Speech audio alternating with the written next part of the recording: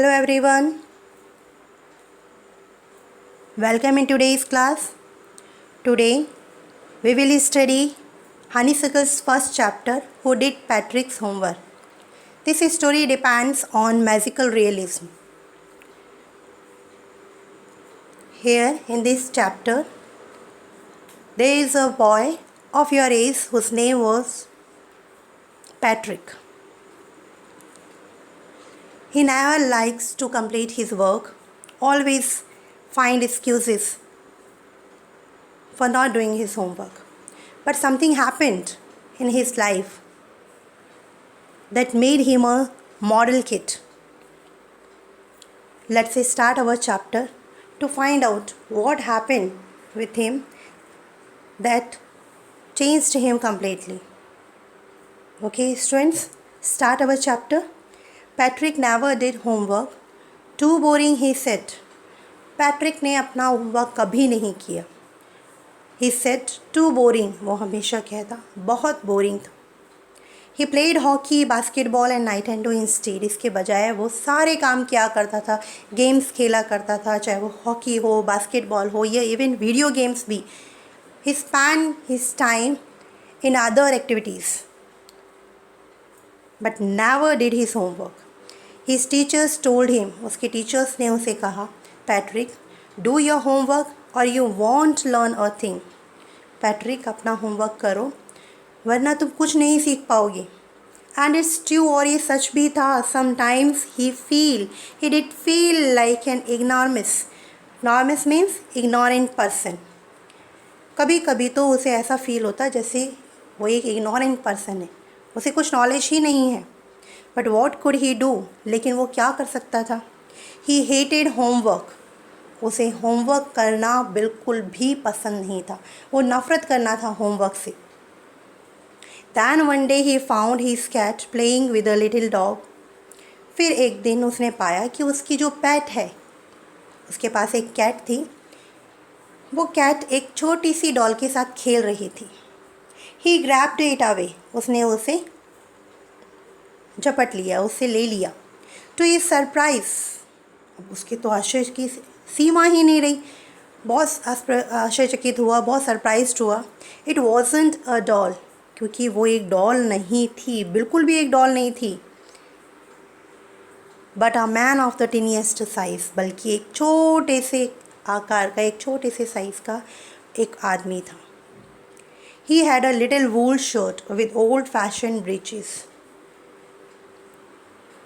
उसने एक छोटी सी वूल शर्ट पहनी हुई थी, पुराने फैशन का ब्रीचेस था. Breeches means a short trouser था नीचे. And a high tall hat much like a witches, और एक ऊंची सी लंबी सी उसने एक हैट पहनी हुई थी. विचेस पहना करती हैं, चुड़ैलें पहना करती हैं. आपने ये कार्टून्स में, मूवीज़ में देखा होगा, जो काली जादूगरनियाँ होती हैं वो काला जादू करती हैं, वो पहना करती हैं. ही येल्ड, वो चीखा, save me, don't give me back to that cat. तो जब पैट्रिक ने उसे कैट से बचा लिया था, अपने हाथ में ले लिया था, तो वो चिल्लाया, मुझे बचाओ, मुझे वापस इस बिल्ली को मत देना, इस कैट को मत देना. I will grant your wish, मैं आपकी इच्छा पूरी करूँगा. आई प्रॉमिस यू दैट, मैं ऐसा वादा करता हूँ. अब पैट्रिक के तो मज़े हो गए, उसकी एक इच्छा पूरी की जा रही थी. तो Patrick couldn't believe how lucky he was. उसे तो बिल्कुल भी विश्वास नहीं हुआ कि वो कितना लकी था. Here was the answer to all of his questions, all of his problems. यहाँ तो उसे सारी समस्याओं का, सारी प्रॉब्लम्स का आंसर उसे मिल गया था. So he said, only if you do all my homework till the end of the semester. Only if, सिर्फ तभी, यदि तुम मेरा सेमेस्टर मीन्स 35 डेज़ का जो मेरा टाइम ड्यूरेशन है, 35 डेज़ तक का मेरा सेमेस्टर होता है, तब तक अगर तुम मेरा होमवर्क कर दो.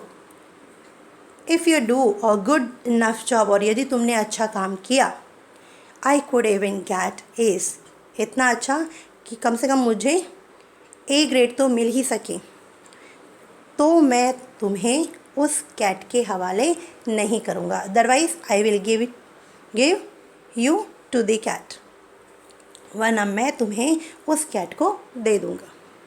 The little man's face wrinkled like a dishcloth thrown in the hamper basket। Dishcloth, dishes को साफ करने वाला जो क्लॉथ होता है, that is called.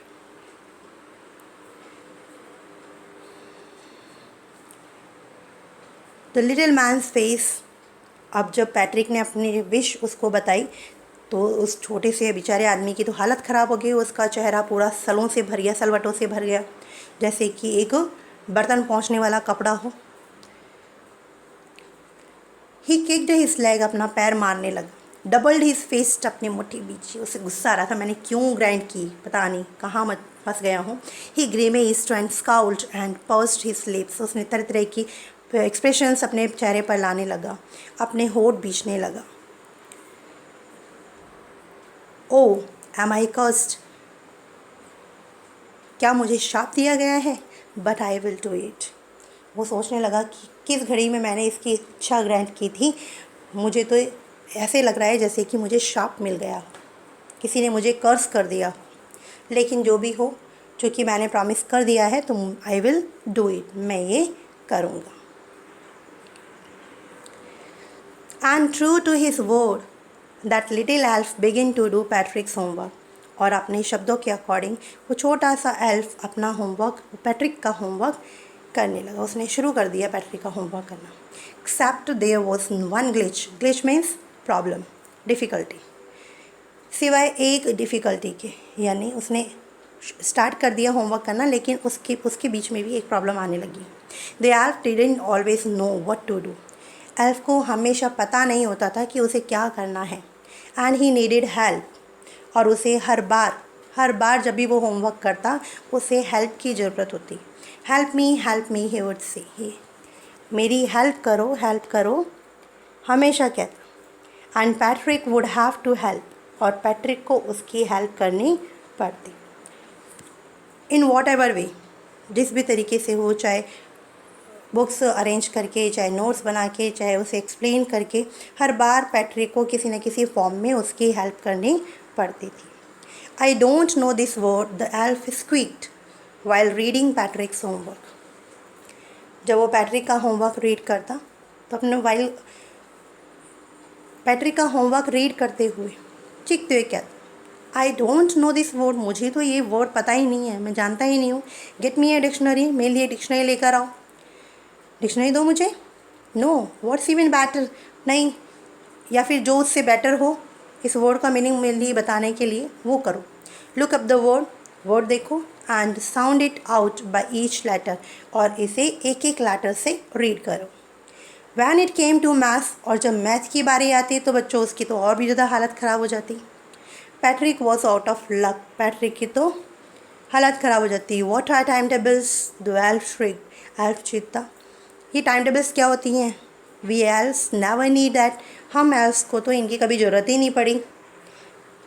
Addition, subtraction, divisions, fractions, ये सब क्या है? हमें कभी हम बॉनों को तो कभी इनकी ज़रूरत ही नहीं पड़ी। एल्फ बॉनों को बोलते हैं, जो छोटे साइज़ के होते हैं उन्हें बोलते हैं, तो हमें तो कभी इनकी ज़रूरत ही नहीं पड़ी। Here sit down beside me, अब तुम मेरे बगल में बैठ जाओ। You simply must guide me, आपको सिर्फ कुछ नहीं करना, होमवर्क मत करो आप, लेकिन मुझे गाइड करते रहो। होमवर्क तो मैं कर दूँगा, लेकिन गाइड करने का काम आपको करना पड़ेगा। Elves know nothing of human history.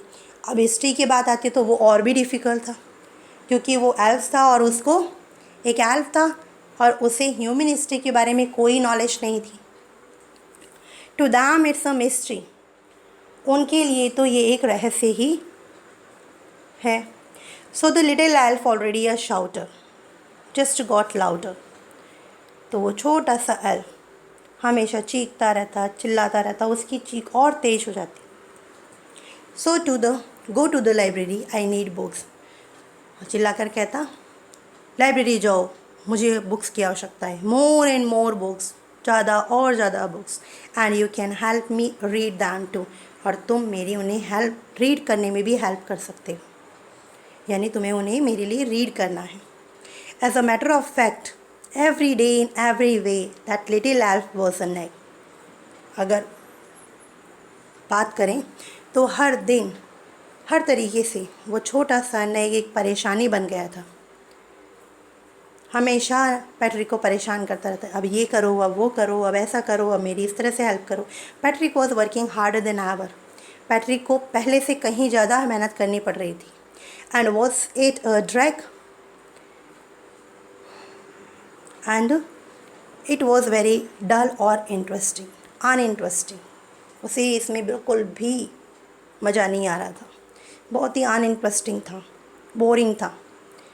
He was staying up nights, रात भर बैठा रहता वर्क में हेल्प करने के लिए। Had never felt so weary, उसने कभी भी अपने आप को इतना थका हुआ नहीं पाया था। Was going to a school with his eyes puffed and bleary, उसकी जब वो स्कूल जाता उसकी आंखें फूली हुई रहती, पूरे दिन पूरी रात भर बैठ के होमवर्क किया करता था तो उसकी आंखें ऐसे फूली हुई रहती थी, सूजी हुई रहती थी नींद ना ले पाने के कारण। Finally the last day of school arrived and the elf was free to go.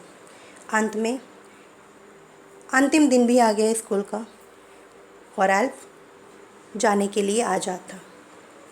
As for homework there was no more. अगर होमवर्क की बात करें तो अब कोई होमवर्क नहीं था। So he quietly and slyly slipped out the back door, इसलिए वो चुपचाप दबे पाँव पीछे के दरवाजे से खिसक लिया। वो भी तो परेशान हो गया था ना होमवर्क करते करते करते करते, तो उसने कहा इससे पहले कि वो जाग जाए और वो मुझे रोके तो मुझे बिना बताए उसको निकल जाना चाहिए। तो वो एल्फ चला गया। Patrick got his age, Patrick को अपना ए ग्रेड मिल गया था। हिज क्लासमेट्स वर अमेज्ड, उसके सारे साथी बहुत आश्चर्यचकित थे कि पैट्रिक जो कभी होमवर्क करने में इंटरेस्ट नहीं लेता था अचानक से उसे ए ग्रेड कैसे मिल गए। बहुत सरप्राइज थे उसकी परफॉर्मेंस को देखकर। हिज टीचर्स स्माइल्ड, उसके टीचर्स ने उसकी प्रोग्रेस को लेकर वो काफ़ी खुश हुए, उन्होंने उसको स्माइल दिया, मुस्कुराए उसकी परफॉर्मेंस को लेकर। And were full of praise, और उसकी लगातार प्रशंसा करते रहे। एंड हिज पेरेंट्स, और उसके पेरेंट्स की वो तो पूछो ही मत, उसके पेरेंट्स तो इतने खुश हुए, they wondered what had happened to Patrick. उन्हें तो आश्चर्य हुआ कि सोचने लगे कि पैट्रिक को क्या हुआ अचानक से। He changed completely.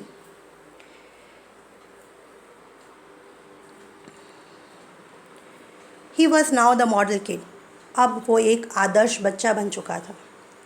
Clean his room, अपना रूम साफ रखता। डिड हिज चोर्स, अपना घर का सारा काम वो किया करता था। वॉज चीयरफुल नेवर रूड, हमेशा प्रसन्नचित्त, कभी भी किसी से रूड नहीं होता था, किसी पर गुस्सा नहीं करता, चिल्लाता नहीं था, इरिटेट नहीं होता था। Like he had developed a whole new attitude, ऐसे लग रहा था जैसे उसने एक अलग ही नज़रिए, एक अलग ही एटीट्यूड उसने अपना लिया हो, विकसित कर लिया हो, यानी वो कम्प्लीटली बदल गया था, पूरी तरह से उसने अपने आप को परिवर्तित कर लिया था। You see in the end Patrick still thought he had made that tiny man do all his homework. आप देखेंगे लास्ट में पैट्रिक स्टिल थॉट, पैट्रिक अभी भी यही सोचता था दैट ही हैड मेड, कि जो कुछ वो बना है, that टिनी man do all his homework,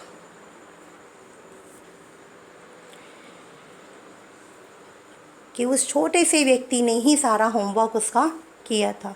but I share a secret, लेकिन आपके साथ who is I here, I is the author of this chapter, Carol Moore. तो वो हमसे एक सीक्रेट शेयर करना चाहते हैं। What is the secret? Just between you and me, लेकिन ये सीक्रेट आपके और हमारे बीच में ही रहना, मेरे बीच में ही रहना चाहिए। इट वॉज़न्ट द एल्फ, कोई एल्फ वेल्फ नहीं था। Patrick had done it himself, बल्कि अपना सारा काम पैट्रिक ने ही किया था। उसने ही अपनी हेल्प की थी अपना होमवर्क कंप्लीट करने में, एक एल्फ के फॉर्म में। That's why it is called magical realism, एक जादुई वास्तविकता, जो हमें अनुभव होती है कि वास्तव में है, लेकिन रियल में वो प्रेजेंट नहीं होती। हमें ऐसा लगता है कि कोई सुपरमैन आया है और उसने वो वर्क किया है, लेकिन वो काम, ऐसा काम कोई सुपरमैन नहीं होता। हमारे अंदर ही सुपरमैन छिपा हुआ है।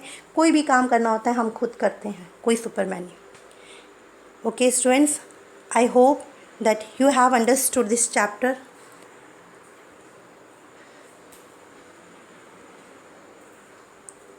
Now you will read it again, take a self reading, and then all the doubts will be cleared. Okay, and the work I have allotted to you already, that you have to write down all the words given here in your notebook. Okay, thank you, have a nice day.